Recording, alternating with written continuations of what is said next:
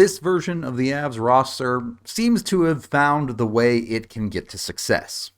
Avs win over the Philadelphia Flyers 3-2.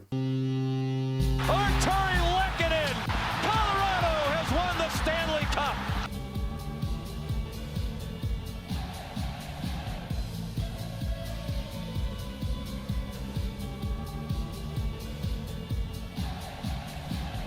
Success for this Avs hockey team is limiting the quality of opportunities for the other team. It's also limiting quantity, but less so that. They can survive a good number of shots against as long as they're from the perimeter and not that dangerous. Granted, when this lineup is playing well for Colorado, they limit both of those things, but at minimum, they have to limit quality. And for about 55 minutes of this hockey game, the Avs did a very good job of limiting quality. On top of finally getting a bit of depth scoring, that's all they needed to win. The Avs gave up just 12 shots to Philly through the first two periods, outshooting them in both of them.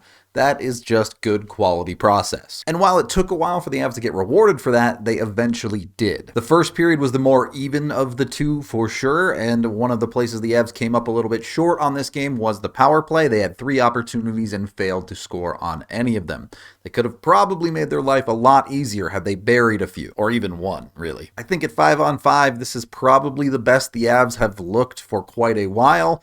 And yes, they did look good in the Rangers game and for most of the Blues game too, but it's continuing to progress in the right direction. That's not to say they were perfect. They didn't even score the first goal of the game. That goes to the Flyers. Avs lose a defensive zone faceoff here, and Philly gets it back to the point. Initially, Dryden Hunt doesn't do a great job of defending this, but he recovers nicely and is actually able to get his stick on this shot that comes through. So it's redirected once already. It comes in, it gets redirected by the man in front, so that's a double deflection, and Frankie still makes the initial save, but it takes a funny bounce off of him out in front. And you can see it right there, the puck just bounced just enough. It's just off of the ice as Toews takes a whack at this to try and clear it out. And because it's off the ice, he just kind of fluffs it. It comes right back to another Flyer for another chip of a redirect almost and into the net. I really don't have much problem with that goal. That is multiple tough bounces to take. Those types of things happen. In a perfect world, you win the face-off or Toews gets more of that puck and it's not dangerous. But bounces just didn't go the Avs' way on that one. And I have even less of a problem with this because of how the Avs respond. You can see how this lineup, giving up a tough goal like that, can see that they think they're in trouble. Things spiral out of control and this game gets out of hand, but that isn't the way things went. The Avs continued to play well through the first and then responded even harder in the second period. Down by 1 to start the second period, the Avs come out and play their best hockey of the game. They don't allow a shot from the Flyers for the first 13 minutes of the second period, dominating possession and pushing play in the right direction, generating quality opportunities for themselves. They finally break through on a play that reminds you just how talented some of the Avs depth players are, even if they don't live up to top 6 billing. A puck in deep in the Avs zone is quickly sent up the boards, and a good job by Logan O'Connor for a nice little touch play to get this all the way up and out of the zone instead of getting caught along the wall. This creates a 3-on-2 situation with Compher carrying the puck, as well as Cogliano coming down the near side, and then on the far side, Devon Toews. Compher in a bit of a tough spot here as a right-handed player. He ends up coming across the middle and on his backhand side. So he has to kind of work off of the wrong side here, but he still makes a great job to make it work. Toews cuts in and around as both players commit to Compher, trying to pressure him on that backhand side, and Compher just throws some nasty sauce up over the top. Toews, maybe a bit of karma here, gets that puck to settle perfectly after the goal he gave up earlier, and goes nice 5-hole on Sandstrom. A huge one to break the ice for anyone not named Mikko Rantanen. A great play from Compher, and you're finally seeing Toews put a puck in the back of the net. He struggled a little bit with that this year.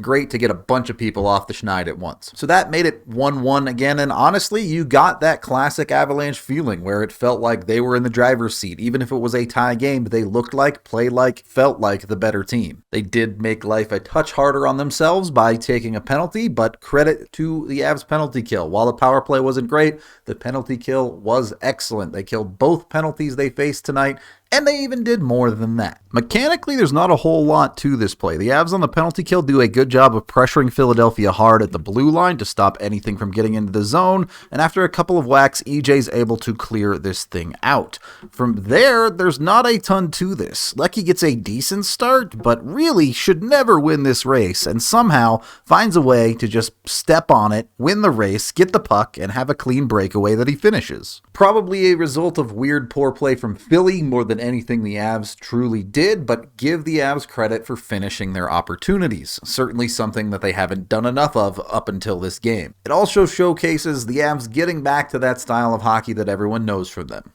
Speed.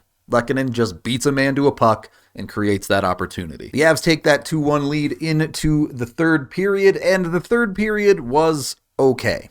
Look, you know I absolutely do not like the turtle strategy. It's not fun. I don't think it's all that good, and we see it far too often. With that being said, being allowed to turtle is a luxury. That means you are ahead in the game, certainly in the third period. Would have still liked to see the Avs be a bit more aggressive offensively. I understand you need to protect the lead, you need to play smart hockey in a third period, but you cannot completely abandon offense. Certainly in the stretch of the third where it was a 1-goal lead, I would have liked to see the Avs stick to what they were doing in the second a little bit more. But while the possession wasn't particularly good, the Avs did what they needed to do, and eventually Philly's going to make a mistake. The Avs are able to capitalize. Avs win an ozone faceoff, and the initial play doesn't actually work well. Girard does not control the puck, and it gets put towards the corner here. But the Avs stay strong here, continue working hard. Girard contests this here, and it's not a great play by Philly to dump this back into their own zone without checking. Lecky is able to read it, cut in, and take this puck away. While under pressure, he knows that Compher's coming in and just fires this thing to a dangerous area. It's a great read from everyone involved. All of a sudden, Compher has it in an extremely dangerous spot. Wow, look at that camera shake. And Compher, a very nice finish, this time top corner. The perfect summation of what the Avs were missing in their top six might actually be Artturi Lehkonen. Obviously, he's not Nathan MacKinnon. He's not a single force that can completely change the course of a game all that often, but he does have the ability to do the hard work in a top six and has the skill to make plays happen based off of that work.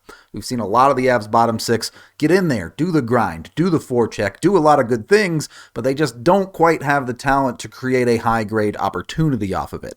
Lehkonen does, and that was the difference in the game tonight for the Avs. That goal probably should have secured the game. In reality, it did secure the game, but things got a little tighter than they needed to be. And credit to Philadelphia, they pushed back hard.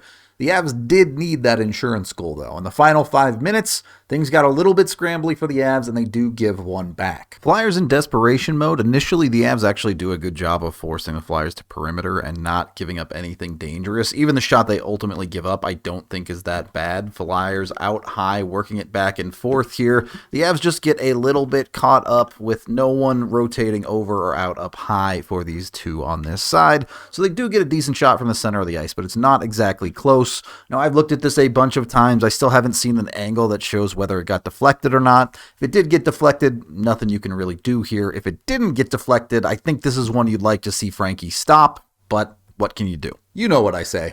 That's why you score 3. I still do think the rest of this game from there was a little bit dicey. Flyers with the empty net did create a couple of dangerous chances, and the Avs failed on their couple of opportunities to seal it by putting it into that empty net. You would like to see them execute that a little bit better. The Flyers are not a good hockey team, and a better team you'd be a little bit more afraid of. But you can only win the game that you're in, and that's what the Avs do. They close it out, they take the W, that makes it 2 in a row, and you're really starting to feel like this team is getting back on track. It's unclear exactly when they will be getting more help in the injury department, but it does sound like Erod is very, very close, and a few other players might not be that far behind him. So not only is the on-ice product better, but their roster should be starting to look a little bit more normal too. I really don't think there's a whole lot more you can ask from this team right now. You take the dubs you get, and you move on. That is the end of this game video review. Thank you for watching. Head on over to thednvr.com for all of our coverage.